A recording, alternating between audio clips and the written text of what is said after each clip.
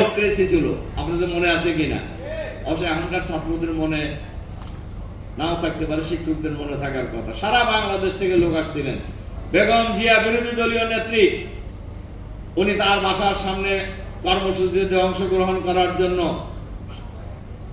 সকালবেলায় আমাদের লোকেরা যখন মিছিল বের করেছে, শিবিরের কয়েকজন শহীদ হয়ে গেল। এরপর বেগম জিয়া বিরোধী দলীয় নেত্রী তিনি তার বাসা থেকে বের হয়েছেন তার কাজের মেয়ে ফাতেমাকে নিয়ে। বালির ট্রাক দিয়ে তাকে আটকায় দেওয়া হয়েছে। বিএনপির দ্বিতীয় কোনো লোক ফাতেমার পরিবর্তে ফাতেমা ছাড়া আর ওই বেগম জিয়ার কাছে যাওয়ার সাহস পায় নাই। সমস্ত বিএনপির লোকদের ফোন বন্ধ ছিল সেদিন। আমি পার্লামেন্টে কথা বলেছি, যদি ফোন বন্ধ না থাকতো, যেভাবে প্ল্যান করা হয়েছিল ভূমিকা রাখতাম, তাহলে তো ওই দিনই তো সরকারের পতন হয়ে যেত। আমি কিন্তু এটা কারোর বিরুদ্ধে বলার জন্য আমি বলিনি কারণে যে এই আন্দোলনে যারা ভূমিকা রাখছে তাদেরকে যদি কেউ ইগনোর করার চিন্তা করেন, তাহলে পরিণতি যা হওয়ার তাই হবে, কেউ ঠেকাইতে পারবে না। সম্মানিত সুধীমণ্ডলী, ভাই এবং বন্ধুগণ, জুলাই বিপ্লব হয়েছে বৈষম্যের বিরুদ্ধে ন্যায় ইনসাফপূর্ণ একটি সমাজ প্রতিষ্ঠার জন্য। লড়াই হয়েছে, জুলাই বিপ্লব হয়েছে এক দলের পরিবর্তে আর এক দলকে ক্ষমতায় আনার জন্য নয়। জুলাই বিপ্লব হয়েছে রাষ্ট্র ব্যবস্থার পরিবর্তনের জন্য, রাষ্ট্র কাঠামোর পরিবর্তনের জন্য। কিন্তু আমরা লক্ষ্য করছি সরকার ক্ষমতায় আসার পরেই এবার মানুষ ভোট দিছে কয়টা? আপনারা কয়টা দিছে?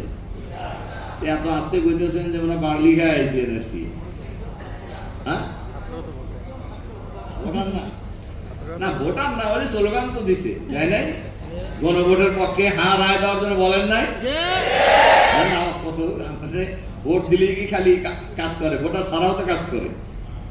এবার আমরা ভোট দিছিলাম দুইটা, একটা হলো জাতীয় সংসদ নির্বাচনের, আর একটা হলো হ্যাঁ পক্ষে গণভোটে হ্যাঁ ভোট দেওয়ার জন্য। এই হ্যাঁ ভোটের মধ্যেই ছিল সংস্কার। আমরা 4 মাস ব্যাপী সংস্কার করেছিলাম, অনেকগুলি বিষয় সংস্কার করা হয়েছিল। এর মধ্যে একটা ছিল মানবাধিকার কমিশন সংস্কার, স্বাধীন দুর্নীতি কমিশন, স্বাধীন দুর্নীতি কমিশন, গুম খুন অধ্যাদেশ জারি করা হয়েছিল, সুপ্রিম কোর্টের স্বাধীন বিচারালয়। কিন্তু কোনটা কি রাখা হয়েছে? গণভোটের রায় কত পার্সেন্ট লোক রায় দিয়েছে? প্রায় 90% লোক গণভোটের পক্ষে রায় দিয়েছে। অথচ সেই গণভোট পার্লামেন্টের সংখ্যাগরিষ্ঠতার জোরে, গায়ের জোরে বাতিল করে দেওয়া হয়েছে। আমরা বিশ্বাস করি, কথাটা বলে আমি কথা শেষ করতে চাই, এই গণভোটের রায় বাস্তবায়ন করার জন্য সারা বাংলাদেশের মানুষ চাচ্ছে গণভোটের রায় বাস্তবায়ন হোক।